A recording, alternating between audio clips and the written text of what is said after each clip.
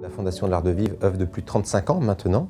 Sri Sri Ravi Shankar a commencé lorsqu'il avait 25 ans à œuvrer et à créer sa fondation. Mais dans la tradition védique dont il est issu, on parle des 4 grands yogas. Donc effectivement, des yogas qui sont Raja Yoga, la méditation, vous pouvez mettre la science de la respiration, l'aspect postural. Vous avez le deuxième grand yoga qui est le yoga Jnana Yoga, la connaissance, la sagesse. Le troisième, c'est Karma Yoga, donc le service des intéressés. Et le quatrième, c'est Bhakti Yoga, la dévotion, le chant. Et c'est vrai que dans cette tradition-là, ces 4 grands yogas sont présents au quotidien.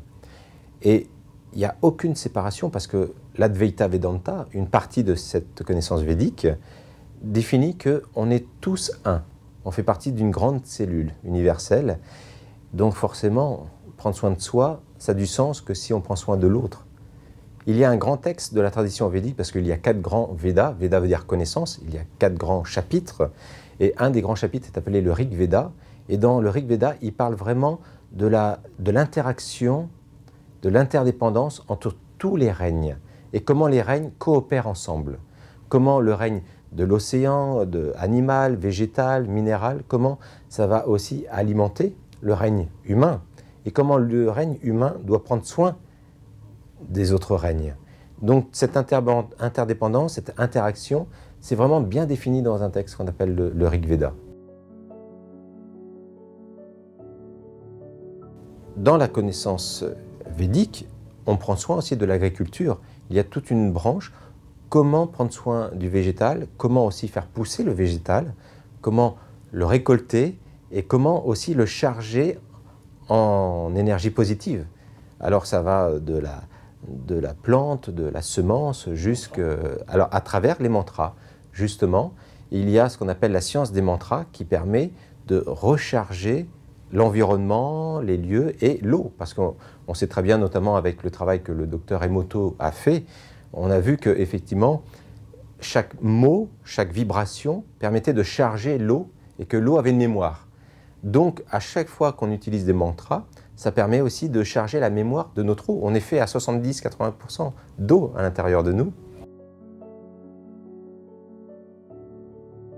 Effectivement, l'eau était importante. Pourquoi l'eau est importante? Parce qu'il fait partie de ce qu'on appelle les Panchabhuta, les 5 éléments qui créent le macrocosme et qui créent le microcosme. Donc en une seule phrase, ils avaient défini la création avec Om Namah Shivaya. Ils avaient défini l'œuf cosmique très proche de la théorie du Big Bang, qui s'appelle Hiranyagarba. Et lorsqu'il y a eu cette explosion de cet œuf cosmique, ça donnait la naissance à un son. Le son s'est propagé dans l'univers, c'était le Om. Mais pour qu'il se propage, quel était le premier élément qu'il s'est créé, qui s'est manifesté? C'était l'éther, l'espace.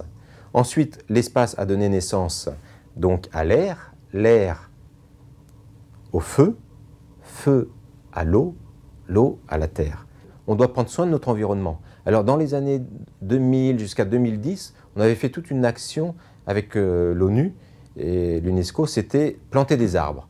On avait planté plus de 20 millions d'arbres sur toute la planète pendant toute cette période-là. Ensuite, maintenant, on est passé à une autre phase depuis les années 2012-2013, où maintenant on est en train de débloquer des fonds, de récolter des fonds pour revivifier et réassainir les rivières. On prend soin de 18 rivières en Inde.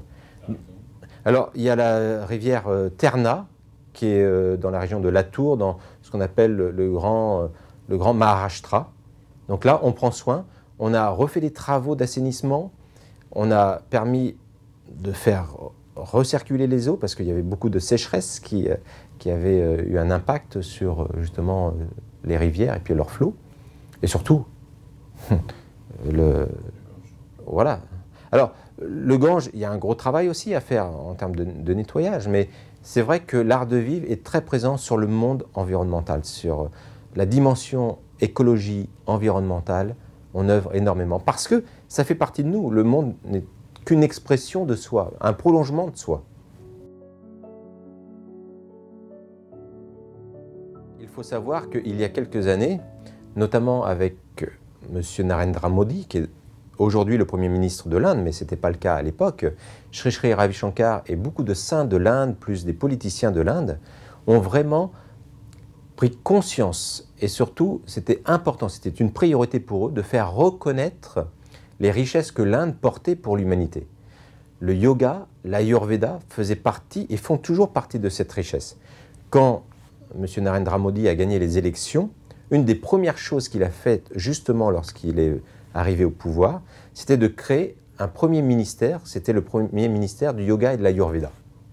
Alors dans un pays, c'est un des pays par rapport à peu près 198 pays, donc c'était magnifique de lancer cette initiative, mais ce qui était un début, parce que la deuxième action qu'ils ont fait, c'était de faire une pétition pour qu'à l'ONU, ils décrètent une journée internationale du yoga. Et c'est ce qui s'est passé, c'est tombé cette journée le 21 juin, pendant que nous, on est dans la fête de la musique, mais tout est lié, la musique, l'écologie, l'environnement, le yoga, la respiration, la méditation. L'Art de Vivre France, l'Art de Vivre International, avec beaucoup d'organisations, beaucoup de gouvernements, a pour objectif de mettre beaucoup plus les valeurs humaines et surtout prendre soin de ce monde, de cette planète. Et Sri Sri Ravi Shankar le dit souvent, il dit, quand on vous prête un appartement ou une maison pour les vacances, vous ne dites pas, bah, voilà, je vais laisser après moi le chaos. Vous prenez soin de redonner au mieux l'appartement qu'on vous a laissé. Imaginez qu'on est simplement des locataires, on est des passagers sur cette planète. Comment nous allons rendre aux générations futures cette planète? Et on doit en prendre soin maintenant. Et il dit que par rapport à l'eau, l'importance de l'eau est essentielle et primordiale. Pourquoi? Parce que s'il y avait une guerre mondiale, ça serait certainement une ressource qui est la ressource de l'eau, parce qu'elle devient de plus en plus raréfiée selon certaines régions, et nous devons prendre soin. Alors pour ça, l'Art de Vivre a œuvré énormément avec le végétarisme, inspirer les gens à devenir végétariens. On se dit mais pourquoi? Parce qu'il faut savoir que manger de la viande consomme beaucoup d'eau. Sur le plan environnemental, c'est vraiment catastrophique. Les dégâts, pas si on en mangeait une fois de temps en temps, pas si on en mangeait voilà, quelques fois dans la semaine, mais au rythme que les Occidentaux mangent de la viande, avec la Chine maintenant, avec l'Inde qui augmente, avec tous les pays surgissants, nous ne pourrons pas continuer notre consommation. On ne pourra pas de toute façon continuer à consommer tel qu'on le fait. On doit reprendre notre pouvoir, et pour ça, notre pouvoir, c'est prendre soin des ressources naturelles, et l'océan en fait partie.